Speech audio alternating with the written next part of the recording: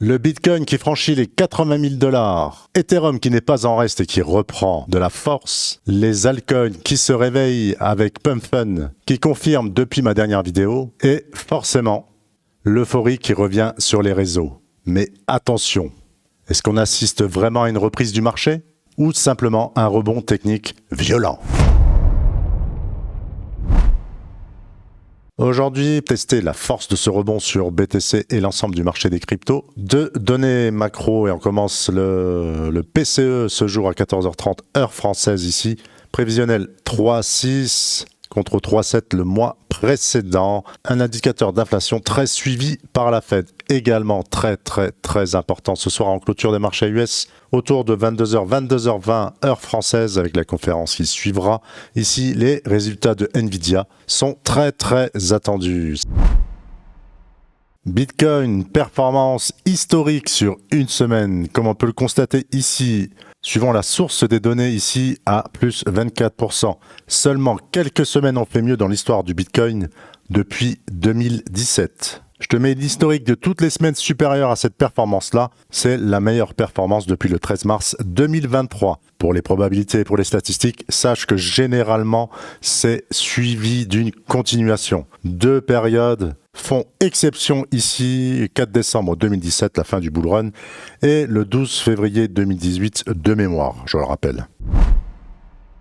Analyse de BTC, ici en mensuel, tu pourras constater cette magnifique bougie ici, et également là, cette résistance en données mensuelles. Je rappelle que le mois n'est pas clôturé, mais je vais anticiper un petit peu, et là, ça vient confirmer en données hebdomadaires. On a cette moyenne mobile 50 ici, plutôt baissière et qui fait office de résistance quant à présent, et également cette résistance en termes de prix ici. Premier scénario auquel je m'attends et auquel je t'invite à songer ici, c'est une latéralisation là pendant un temps, d'accord? Attention au faux breakout éventuellement, et je te rappelle mon scénario de confirmation que tu pourras retrouver ici en vidéo.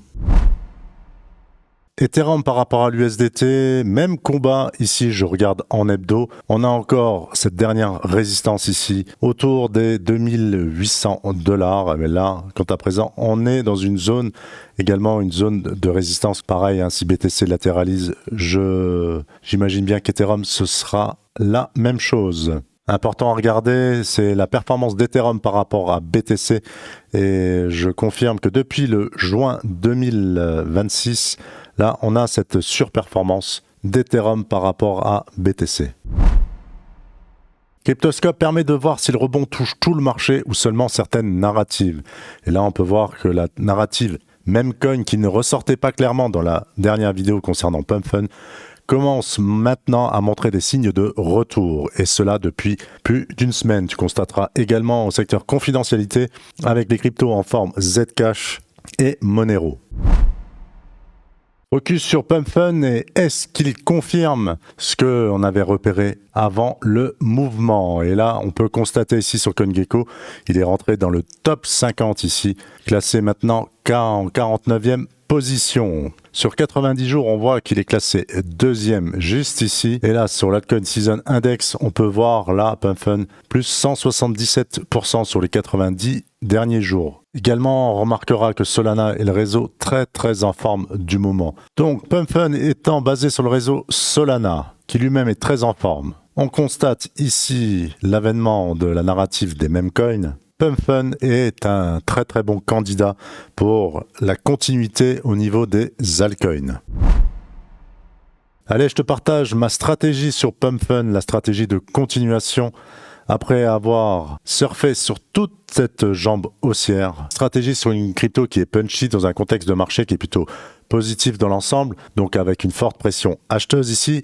Je matérialise ici le point le plus haut, autour des 2 x 0,52, et là, tu verras cette moyenne mobile 7 ici en jaune. Donc généralement, je vais commencer à la regarder quand on a vraiment une crypto qui est punchy. Pourquoi je fais ces stratégies-là? Parce que là, quant à présent, je ne sais pas et j'ai besoin de confirmation pour entrer dans un trade. Je ne vais pas venir ici pour du long terme dans ce genre de cas de figure après que cette crypto ait fait un plus 100%. Dans ma tête, tu vois, je me dis on peut très bien être sur un point haut ici et le prix dévisser juste ici, ce qui ne m'intéresse pas du tout, j'ai pas envie de perdre mon temps là-dessus, ou bien matérialiser juste là une genre de phase accumulative, voilà, avec une forte pression acheteuse, d'accord, ce qui là me démontre qu'il y a de l'envie d'aller chercher plus haut, ou alors très rapidement on break les plus hauts et c'est reparti pour 100% sur Pump Fun. Voilà, donc il faut avoir ça en tête.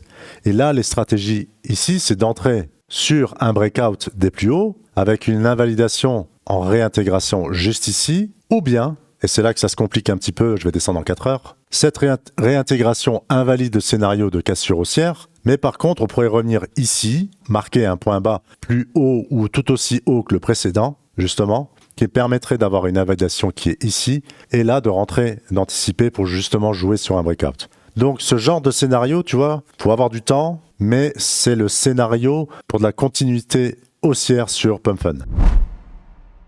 Bitcoin nous a fait une semaine historique, la performance la plus importante depuis le 13 mars 2023 sur une seule semaine. Mais je ne veux pas acheter l'euphorie sans condition. Le patron est sur une zone clé, Ethereum reprend de la force et certaines narratives refont surface. Mais je souhaite voir si tout ça, ça tient après les catalyseurs macro et surtout Nvidia. Et maintenant, dis-moi toi en commentaire si tu penses que ce mouvement ressemble fortement à une véritable rotation après tout ce que je viens de te dire, ou bien juste un rebond technique et à l'issue beaucoup de désillusions.